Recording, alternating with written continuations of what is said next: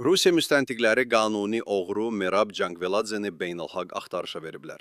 O, kriminal dairələrdə Merab Suxumski ləqəbi ilə tanınır.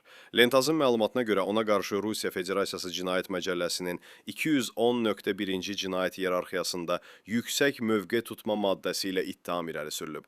Cinayət işi ötən ilin iyun ayında başlanıb. Onun barəsində qiyabi həbs qərarının çıxarılması üçün Tver məhkəməsinə vəsatət təqdim olunub və iclas 30 aprel tarixinə təyin edilib. Onu da vurğulayaq ki, o 1985-ci ildən etibarən Rusiyanın kriminal aləmində qanuni oğru statusuna malikdir. İlk məhkumluğunu 19 yaşında quldurluq maddəsi ilə alıb. Hazırda onun Gürcüstanda olduğu bildirilir. Xatırladaq ki, 2025-ci ilin mart ayında Tbilisi şəhərində Merabın qardaşı Levan Cangveladze silahlı hücumda qətlə yetirilib. Hadisə Çavçavadze küçəsində baş verib. Cinayətkar onu restoran yaxınlığında gözləyib və hücumdan sonra qaçıb.